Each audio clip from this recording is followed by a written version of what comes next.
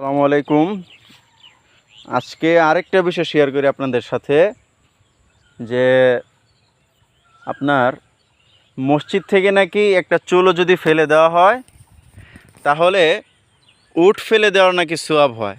অর্থাৎ আপনি মসজিদ থেকে একটা চুল বাহিরে ফেলছেন মানে আপনি একটা উট মসজিদ থেকে ফেলে দিলেন, এরকম নাকি হাদিস আছে। এটা নাকি বলে হাদিস, নাউজুবিল্লাহ। এর আগে আপনাদেরকে আমি ভিডিও দিয়েছিলাম যে হাদিস মানে মানুষের একটা কথাকে হাদিস বলে চালায় দিলে যে কি পরিমাণ মানে গুনাহ হয় সেটা বলে বোঝাতে পারবো না।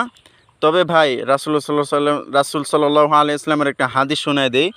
রাসূল সাল্লাল্লাহু আলাইহি ওয়াসাল্লাম বলেন, মান কাযাবা আলাইয়া মুতাআম্মিদান ফালইয়াতাবাওয়া মাকআদাহু মিনান নার। যে ব্যক্তি আমার ব্যাপারে একটা মিথ্যা কথা বলল সে তার ঠিকানা বানিয়ে নিল জাহান্নাম, নাউজুবিল্লাহ। তো ভাই এই যে দেখেন, এই একটা মিথ্যা কথা, এটা রাসূলুল্লাহ সাল্লাল্লাহু আলাইহি ওয়াসাল্লামের হাদিস বলে চালায় দিছে। কত বড় মারাত্মক কাজ করছে। তো এটা আমরা যারা যারা হাদিস বলে জানতাম আজকে থেকে ধারণা করে নিব। আপনি তো এখন বিষয়টা জানছেন, তো এখন থেকে আপনি এটাকে আর হাদিস বলে বিশ্বাস করবেন না, সাধারণ একটা মিথ্যা কথা বলে আপনি এটাকে বিশ্বাস করবেন। হ্যাঁ ভাই, মসজিদ পরিষ্কার করলে সওয়াব হয়। রাসূল সাল্লাল্লাহু আলাইহি ওয়াসাল্লাম হাদিসের মধ্যে বলেন যে মসজিদ পরিষ্কার করলে অনেক সওয়াব, কিন্তু কখনো এটা বলেন নাই যে মসজিদ পরিষ্কার করলে এই সওয়াব হয়, এই সওয়াব হয়, এই সওয়াব নির্দিষ্ট করে বলেন নাই, অনেক সওয়াব এটা বলেছেন।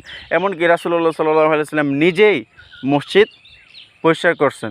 একবার রাসূল সাল্লাল্লাহু আলাইহি ওয়াসাল্লাম দেখেন যে মসজিদের দেয়ালে ময়লা লেগে আছে, তারপর একটা পাথর নিয়ে ওই ময়লাটা পরিষ্কার করছেন। তো রাসূল সাল্লাল্লাহু আলাইহি ওয়াসাল্লাম এটা করছেন, কিন্তু কখনো বলেন না যে মসজিদ পরিষ্কার করলে এই সওয়াব হয়, ওই সওয়াব হয়, এটা করে সওয়াব হয়, ওটা করে সওয়াব হয়, এই ধরনের কোনো কথা বলেন না। তো আমরা এই মিথ্যা ধারণাটা থেকে সবাই বেরিয়ে আসব।